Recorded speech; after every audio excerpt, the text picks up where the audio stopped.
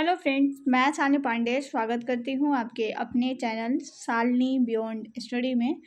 आज हम बात कर रहे होंगे आपके पेपर फर्स्ट, जो कि आपका कॉमन पेपर है। इस पेपर फर्स्ट के हम इकाई 4 पर बात कर रहे होंगे।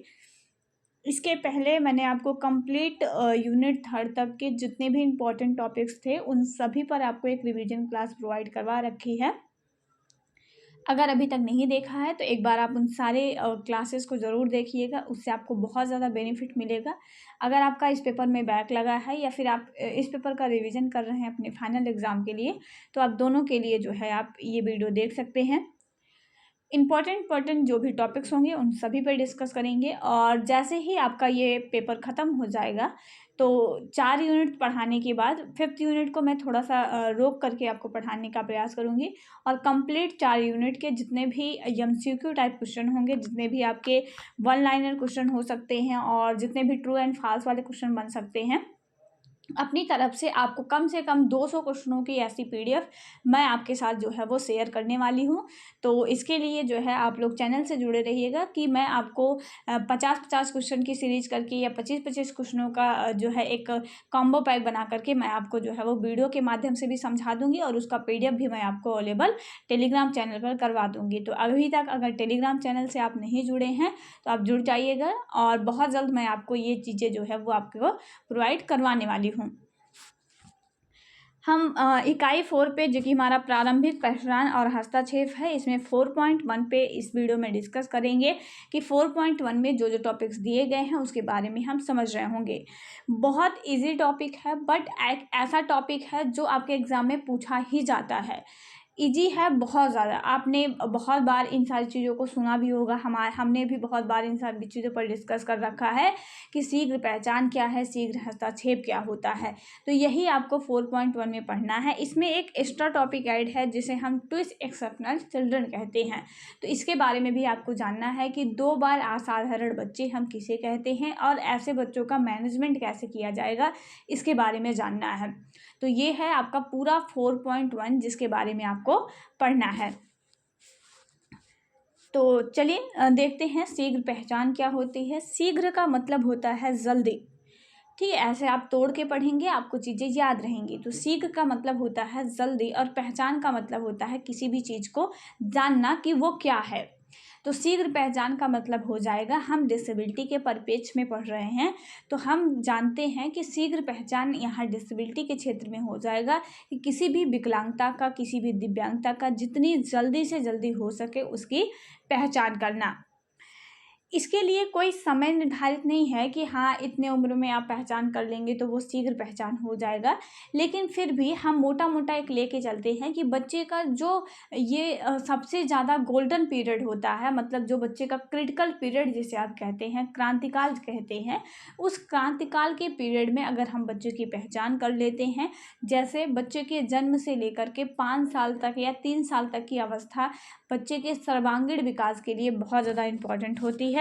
तो ऐसे समय में अगर हम बच्चे की पहचान कर लेते हैं, बच्चे के अंदर कोई दिव्यांगता है या फिर नहीं है, अगर दिव्यांगता है तो किस लेवल की है, किस प्रकार की दिव्यांगता है, कौन सी डिसेबिलिटी बच्चे के अंदर है, इन सब के बारे में जो हम जानकारियाँ एकत्रित करते हैं, जल्दी से जल्दी जितना पॉसिबिलिटी हो सकता है। 3 महीने का बच्चा है तो भी जांच करा सकते हैं, 6 महीने का है तो भी करवा सकते हैं। तो ये हम जितना जल्दी कर सकते हैं बच्चे की डिसेबिलिटी का, हम जितना अच्छे से, जितना समय से हम उसका जो है हम जानकारी उसके बारे में ले पाएंगे उतना ही हमारे लिए अच्छा होगा। तो शीघ्र पहचान क्या हो जाएगा, किसी भी विकलांगता की जल्दी से जल्दी पहचान करना, जल्दी से जल्दी जानना कि वो क्या है, कैसे है, क्यों है, इसका निदान क्या हो सकता है, यही आपका कहलाता है शीघ्र पहचान। प्राथमिक पहचान जो है वो बहुत ज़्यादा लाभदायक होती है। अगर हम बात करते हैं तो प्राथमिक जो पहचान करके प्राथमिक हस्तक्षेप के माध्यम से हम विकलांग बच्चों और उनके अभिभावकों दोनों को जो है इससे लाभ होता है। बच्चे के अंदर कोई डिसेबिलिटी है, समय से पहचान हो जाएगी, समय से उसका समय से हम उसको जो है उसकी डिसेबिलिटी के अकॉर्डिंग हम उनको चीज़ें प्रोवाइड करवा पाएंगे। तो उससे जो उनके पेरेंट्स होंगे उनके सामने भी चुनौतियां थोड़ी कम हो जाएंगी और बच्चे की लाइफ में भी चुनौतियां आपको कम देखने को मिलेंगी। इससे कम उम्र के विकलांग से ग्रसित बच्चों में सीखने की क्षमता का हम विकास कर सकते हैं। अगर हम जितनी जल्दी पहचान कर लेंगे बच्चे का, उतना ही जल्दी हम बच्चे की जो सीखने की क्षमता है, किसी चीज़ को, किसी ज्ञान को ग्रहण करने की क्षमता है, वो हम इंक्रीज कर सकते हैं। समाज की सबसे महत्वपूर्ण ज़रूरत, मतलब अगर हम बात करते हैं तो समाज की सबसे महत्वपूर्ण ज़रूरत होती है बच्चे की व्यक्तित्व के सर्वांगीण विकास के लिए सबसे महत्वपूर्ण होता है बच्चे को समाज के साथ जोड़ना।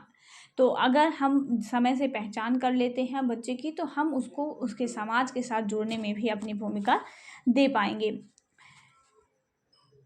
शीघ्र पहचान के माध्यम से हम विकलांगता को बढ़ने से रोक सकते हैं, मतलब विकलांगता की रोकथाम में हमारी मदद करता है कि कोई भी बच्चा अगर मान लीजिए उसको थोड़ी बहुत डिसेबिलिटी भी है, जैसे उसके मान लीजिए सुनने की क्षमता वो माइल्ड लेवल पर अभी अभी उसके सुनने की क्षमता थोड़ी कम हो रही है, अगर हम शुरुआत में ही पहचान कर लेते हैं तो हम उसको सीवियर एंड प्रोफाउंड लेवल तक पहुँचने से तो रोक पाएंगे। लेकिन ये तभी पॉसिबल होगा जब हम जल्दी से जल्दी उसकी पहचान कर लेंगे। पहचान कर पाएंगे तो उसको हम बढ़ने से रोक सकते हैं। पहचान नहीं कर पाएंगे अगर आप समय से, तो हम उसको बढ़ने से भी फिर नहीं रोक पाएंगे। तो विकलांगता के रोकथाम में भी हमारी मदद करती है शीघ्र पहचान। तो बचपन के जो प्रारंभिक वर्ष होते हैं, मतलब जन्म से लेकर के आपके 2 वर्ष 3 वर्ष तक के समय, ये बहुत ज़्यादा महत्वपूर्ण होते हैं एक बच्चे के विकास के लिए। और अगर हम इस टाइम में बच्चे की शीघ्र पहचान करते हैं तो वो लाभदायक होता है। लेकिन अगर हम बाद में जो है इसके बीतने के बाद, जैसे 6 साल 8 साल पे हम बच्चे की पहचान करते हैं, तो जितना लेट आप बच्चे की पहचान करेंगे उतना ज़्यादा विकास को जो है वो प्रभावित कर देगा। और शीघ्र पहचान के माध्यम से हम बच्चे को समाज में आसानी से समेकित कर सकते हैं, मतलब समाज के साथ बच्चे को जोड़ हम पाएंगे।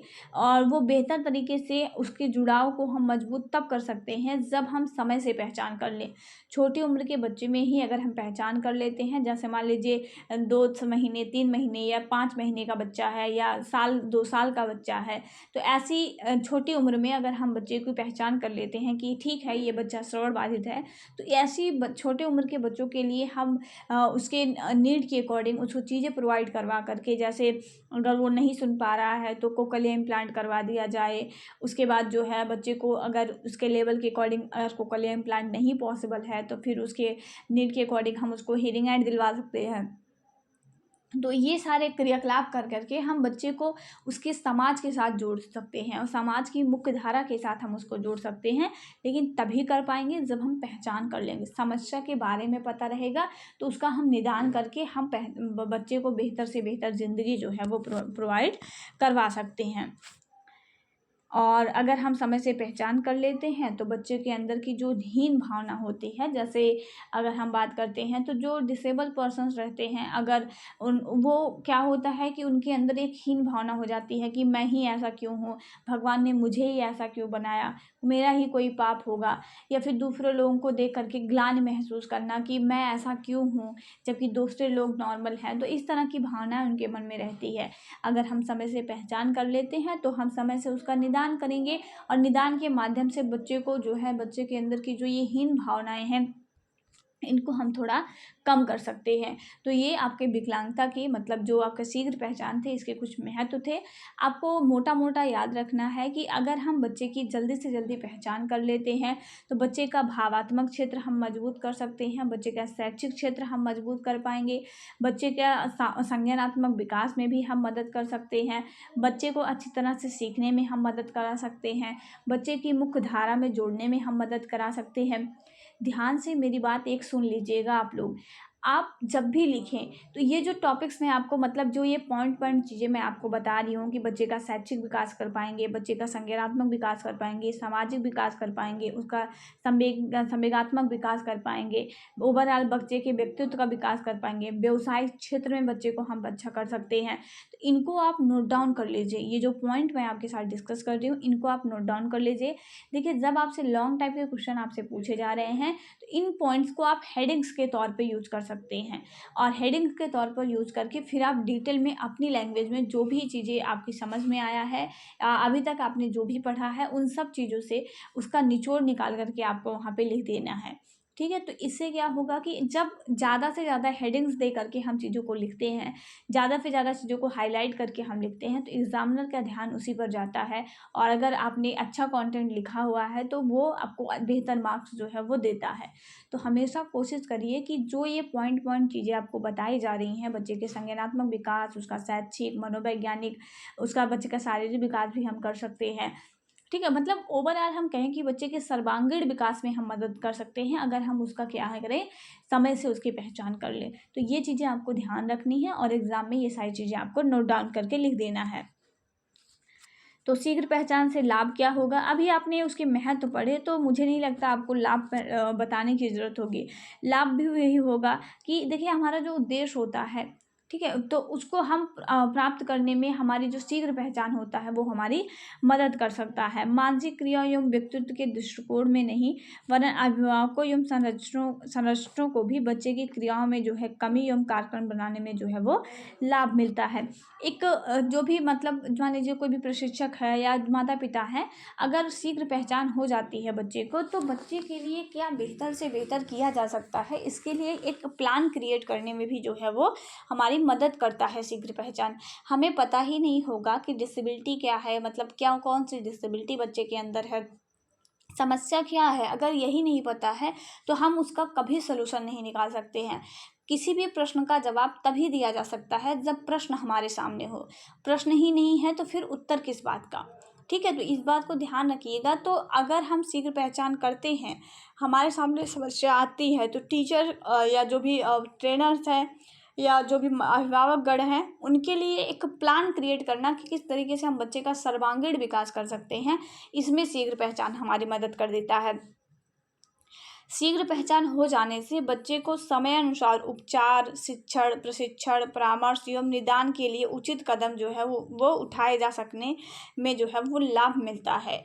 और इसके द्वारा हम विकासात्मक रूप से द्वितीयक विकलांगता को जो है वो हम रोका जा सकता है कि बच्चे के अंदर किसी प्रकार की कोई दूसरी विकलांगता बच्चे को परेशान ना करे, या बच्चे का जो दिव्यांगता का स्तर है वो बहुत ज़्यादा ना बढ़ जाए। इन सब पे हम रोक लगा सकते हैं अगर हम शीघ्र पहचान करते हैं तो। वहीं पे अगर हम समय से शीघ्र पहचान ना होने पर हानियों की बात करते हैं, तो पीछे आपने जो जो लाभ पढ़े हैं, अगर आप शीघ्र पहचान नहीं करते हैं तो उन सभी का लॉस होने वाला है। चीज़ों को इसी तरह से रिलेट करके आप याद करेंगे, कभी नहीं भूलेंगे आप। अभी आपने पीछे पढ़ा कि अगर हम जल्दी से जल्दी पहचान कर लेंगे तो हम शैक्षिक विकास कर पाएंगे, बच्चे के सीखने की क्षमता में हम वृद्धि कर पाएंगे, बच्चे के संज्ञानात्मक विकास में हम वृद्धि कर पाएंगे, बच्चे को समेकित हम कर पाएंगे समाज के साथ। और बहुत सारे पॉइंट्स आपने हमारे साथ डिस्कस किए कि बच्चे के व्यवसायिक क्षेत्र में हम मदद कर पाएंगे, सामाजिक क्षेत्र बेहतर कर पाएंगे, संवेगात्मक क्षेत्र बेहतर कर पाएंगे। ठीक है, भावात्मक रूप से बच्चे को हम स्टेबल मतलब थोड़ा स्टेबल बना सकते हैं कि जो उसके अंदर की हीन भावनाएं हैं उसको हम कम कर सकते हैं। बट वहीं पर अगर हम शीघ्र पहचान नहीं कर पाते हैं या नहीं करते हैं शीघ्र पहचान, तो पीछे बताए गए जितने भी क्षेत्र होंगे वो सब इफेक्टेड होंगे और उन सब पर नकारात्मक प्रभाव पड़ेगा। सीखने में भी बच्चा बहुत अच्छा नहीं होगा, लैंग्वेज का भी विकास बेहतर नहीं होगा, स्पीच भी उनकी बच्चे की अच्छी नहीं होती है। ठीक है, फिर मतलब शैक्षिक क्षेत्र में भी बच्चा पीछे रह जाएगा, व्यवसाय भी बहुत अच्छा नहीं कर पाएगा। और अगर शीघ्र पहचान करेंगे तो ये सारे क्षेत्र आपके डेवलप हो जाएंगे। तो ध्यान दीजिएगा ये चीज़ें। और उसके बाद हम देखते हैं शीघ्र हस्तक्षेप के बारे में। हम पढ़ रहे होंगे कि शीघ्र हस्तक्षेप क्या होता है।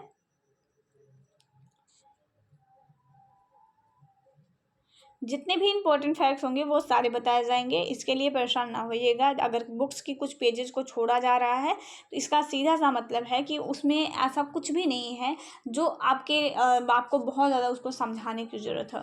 बुक्स दी गई हैं, आप अगर आपको लग रहा है कि वो सारी चीज़ें भी आपको पढ़नी चाहिए तो आप एक बार बुक को रीड डाउन कर सकते हैं। बुक मैंने टेलीग्राम पे प्रोवाइड करवा दिया गया है। और आप में से ही बच्ची ने शायद मैसेज किया कर रखा था कि जो है हमें ये बुक्स चाहिए, मतलब ये बुक्स वो लेना चाहती हैं। तो मैं आपको बता दूं, आप पीडीएफ से काम चला सकती हैं। ठीक है, बुक्स आप लेंगी तो करीब उन्होंने प्राइस भी पूछा था कि मैम कितने का है, तो वो करीब 500 की ये बुक्स आपको मिल जाएगी, मतलब पर बुक आपको 500 पे करना पड़ेगा। तो इससे बेहतर होगा, इस बुक में ऐसा बहुत ज़्यादा चीज़ें भी, बहुत डिटेल में भी चीज़ें नहीं दी गई हैं कि फिर आप इस बुक को ही परचेज करें। ठीक है, इससे बहुत बेहतर भी बुक्स आती हैं। और जो है तो आप इन बुक्स को परचेज ना करने के बाद मतलब बिल्कुल ना सोचें कि आप परचेज करें, क्योंकि मुझे भी पता है आप जितने भी बच्चे कर रहे हैं तो आपने बहुत सारे पैसे अपने विद्यालयों में जो है वो दे दिए होंगे। ठीक है, अगर हम वही बात करते हैं तो विद्यालय भी आपसे इसकी फ़ीस उसकी फ़ीस कभी इसका कभी उसका तो आपसे पैसे ले ही रहा है। तो आपकी ये चीज़ें आपको फ्री में प्रोवाइड करवा जा रही हैं, तो इस बुक को खरीदने का प्रयास बिल्कुल ना करें। ठीक है, मैं आपको सारा का सारा जो भी बुक्स हैं उन सभी बुक्स के पीडीएफ के माध्यम के आपको सारा के सारे टॉपिक्स को आपको कवर करने वाली हूँ। तो बिल्कुल परेशान ना हो इस बुक के लिए कि मैम ये बुक हमको चाहिए, ये बुक हमको कैसे प्रोवाइड होगा।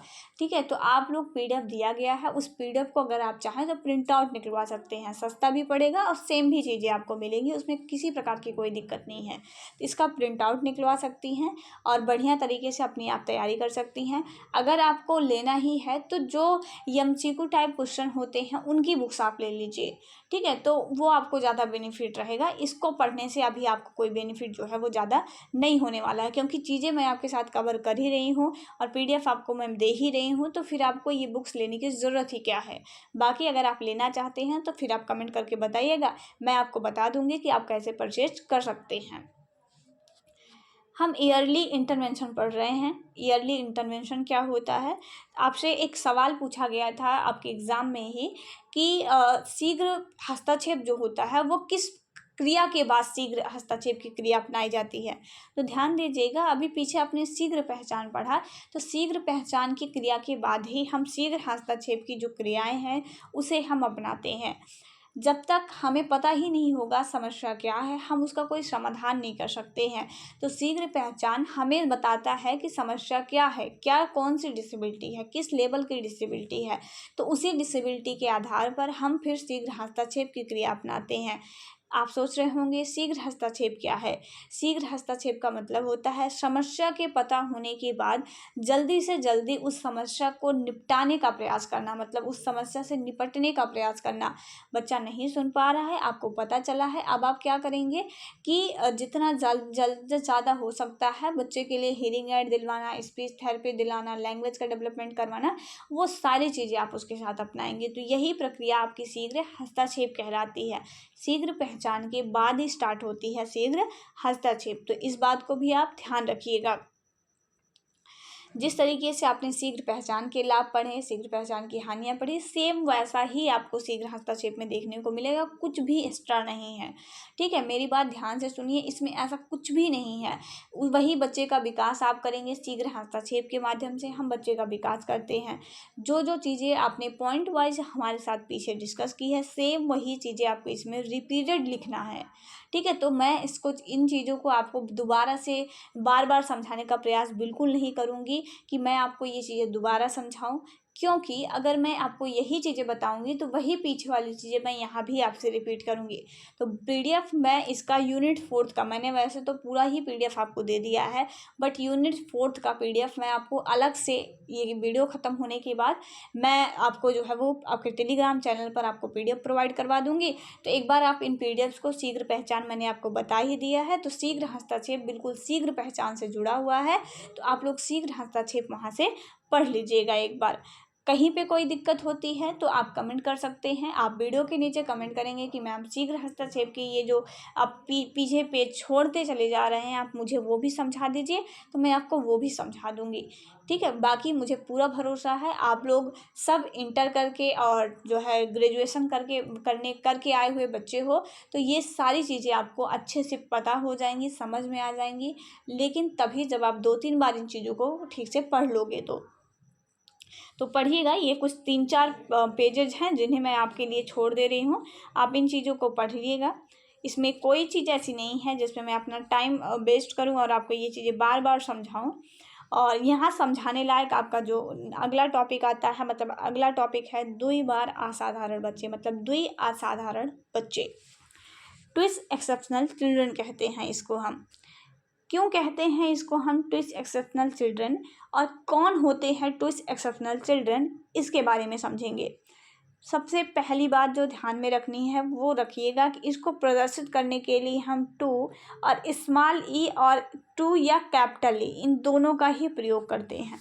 इसे हम प्रदर्शित करने के लिए टू स्मॉल ई या टू कैपिटल ई इसका प्रयोग करते हैं। कहीं पे भी टू ई लिखा मिले, मतलब आपके इंट्रोडक्शन टू डिसेबिलिटी में आपका जब एग्ज़ाम होगा वहाँ पे अगर आपको टू ई का मतलब आपसे पूछा जाए तो बता दीजिएगा कि ये 2 बार असाधारण बच्चे जो होते हैं उन्हीं को प्रदर्शित करने का एक संकेत होता है, जिसे हम टू ई के रूप में व्यक्त करते हैं। ठीक है, तो पहली आपको बात 2 बार असाधारण बच्चों में यही नहीं भूलना है कि टू ई को हम कैसे रिप्रेजेंट करते हैं, टू स्मॉल ई, टू या कैपिटल ई। ठीक है, अब हम अगला देखते हैं कि होता क्या है टू एक्सेप्शनल चिल्ड्रन। कहेंगे किसे, ऐसे बच्चे कौन होंगे जिसे हम 2 बार असाधारण कहेंगे। मैंने आपको जो है वो लर्निंग डिसेबिलिटी के बारे में बताया था, और मैंने आपको ऑटिज्म के बारे में पीछे पढ़ा रखा है। मैंने आपको लर्निंग डिसेबिलिटी में बताया था कि ऐसे बच्चे जो लर्निंग डिसेबल्ड होते हैं, ऐसे बच्चों में, कुछ बच्चों में ऐसी क्वालिटी भी पाई जाती है कि ऐसे बच्चे एक क्षेत्र में तो पीछे हो जाएंगे, लिखने में, पढ़ने में, गाने में, ज़्यादा टेंशन लेने में, इन सब में हो सकता है कि बच्चे आगे हों। ठीक है, मतलब लिखने पढ़ने में बच्चा कमज़ोर हो, टेंशन लेने में बच्चा आगे हो, जिसे डिस्थीमिया कहते हैं। ठीक है, डिस्मोर्फिया हो जाए, कोई नकारात्मक विचार उसके मन में भर जाए तो डिस्मोर्फिया हो जाता है। तो कोई भी बच्चा जो एक प्रकार की अक्षमता उसके अंदर हो, जैसे लर्निंग डिसेबल बच्चा है तो लिखने पढ़ने संबंधित कोई अक्षमता हो सकती है, लेकिन उसका दूसरा क्षेत्र मजबूत हो। दूसरा क्षेत्र का मजबूत होने का मतलब है, जैसे बच्चा जो है लर्निंग डिसेबल है, आपने एक मूवी देखी होगी तारे ज़मीन पर। आप में से किसने ये मूवी देखी है, आप बताइएगा कमेंट करके, तारे ज़मीन पर। तो ये एक मूवी है जिसमें ईशान अवस्थी उसका मेन कैरेक्टर रहता है। उसको लर्निंग डिसेबिलिटी हुआ रहता है, लेकिन उसके अंदर एक क्वालिटी होती है, वो है उसकी पेंटिंग की क्वालिटी, उसकी आर्ट की क्वालिटी उसकी बहुत अच्छी थी। ठीक है, तो ऐसे ही बच्चे जिसके अंदर किसी एक प्रकार की कोई अक्षमता उसके अंदर हो, लेकिन उन्हीं अक्षमताओं के बावजूद उसके अंदर कोई एक क्वालिटी भी हो। ठीक है, जैसे ईशान अवस्थी पढ़ने लिखने में कमज़ोर था, लेकिन वो आर्ट में बहुत अच्छा था, आर्ट बहुत बेहतरीन बना रहा था। तो ऐसे ही बच्चे जिनके अंदर एक क्षेत्र में अक्षमता और दूसरे क्षेत्र में किसी विशेष प्रकार की क्षमता होती है, उन्हें हम 2 बार असाधारण बच्चे कहते हैं। इसके बहुत सारे एग्जाम्पल आप ले सकते हैं। तो ऐसे ही बच्चों को हम क्या कहते हैं, टू ई वाले बच्चे कहते हैं, मतलब 2 बार असाधारण बच्चे, ऐसे बच्चों को ही हम कहते हैं। ऐसे बच्चों की पहचान करना अपने आप में बहुत डिफ़िकल्ट होता है एक टीचर के लिए, क्योंकि टीचर बच्चे की क्योंकि बच्चे की जो अक्षमताएं होती हैं वो बच्चे के ऊपर हावी रहती हैं, और ऐसे में बच्चे के अंदर की योग्यता को बाहर निकालना, मतलब उसके अंदर की जो एबिलिटी है उसको बाहर निकालना और उसकी अक्षमताओं के साथ, ये एक टीचर के लिए बहुत डिफ़िकल्ट टास्क होता है।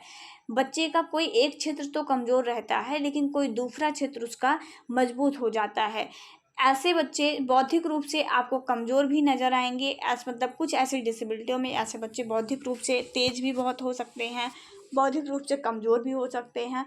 आपने ऑटिज़्म पढ़ा होगा, तो ऑटिज़्म के बच्चों की मैंने आपको एक क्वालिटी बताई थी कि ऑटिज़्म के जो बच्चे होते हैं, ऐसे ऑटिज़्म बच्चों में एक बहुत अच्छी क्वालिटी होती है कि अगर इनका इंटरेस्ट किसी चीज़ में हो जाता है तो वो उसमें बहुत बेहतर कर जाते हैं।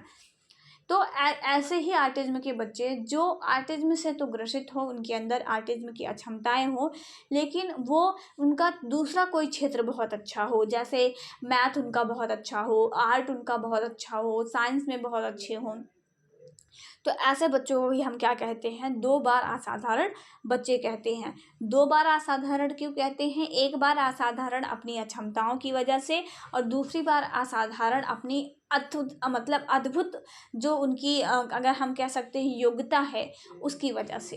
तो इसीलिए इनको 2 बार असाधारण कहते हैं, क्योंकि एक बार उनकी अक्षमता के कारण वो दूसरे लोगों से अलग हैं, और एक बार अपने अंदर की किसी विशेष क्वालिटी के कारण वो एक दूसरे व्यक्तियों से मतलब अलग हैं। तो इस वजह से इनको हम 2 बार असाधारण कहते हैं। तो इन बातों को आप ध्यान रखिएगा। ऐसे बच्चों की विशेषताएं कुछ नकारात्मक भी हो सकती हैं, ऐसे बच्चों के अंदर कुछ नकारात्मक विशेषताएं और कुछ सकारात्मक विशेषताएं आपको देखने को मिल जाएगी। जैसे जिज्ञासा की ऐसे बच्चों के अंदर प्रबल इच्छा रहती है। ऐसे बच्चे समस्या समाधान, आलोचनात्मक चिंतन, ध्वनि, स्वाद, गंध, इन सभी के प्रति क्या हो सकता है कि बहुत ज़्यादा इनका इंटरेस्ट इनके प्रति हो सकता है और बहुत अच्छे से इन चीज़ों को समझने की क्षमता जो है इनके अंदर हो सकती है।